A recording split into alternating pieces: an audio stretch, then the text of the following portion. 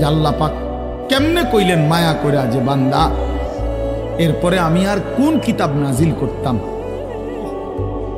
বলো না বান্দা, আমি আর কোন কথা বলতাম? আমার মতো মাওলা, আমার মতো মালিক, আমি আর কি বলতাম বলো? আমি আর কেমনে বললে তুমি মানতা? ওফো, এই কথা যদি সামনাসামনি বলে কি অবস্থা হবে দোস্ত? আল্লাহ যদি সামনে নিয়ে বলবে, হাদিসে স্পষ্ট আছে, আল্লাহ নবী সাল্লাল্লাহু আলাইহি সাল্লাম বলেন, ইন্নাল্লাহা সায়ুকাল্লিমু, আল্লাহ তার প্রতিটি বান্দার সাথে আলাদা, আল্লাহর কসম নবী বলছে কথা বলবেন একজন একজন করে। লাইসা বাইনাহু ওয়া বাইনাহু তারজুমান, আল্লাহর মাঝে আর বান্দার মাঝে কথাটা বুঝাইয়া দেওয়ার জন্য কোনো দোভাষী ফেরেশতাও থাকবে না, কেউ না, শুধু মাওলা, শুধু তার বান্দা।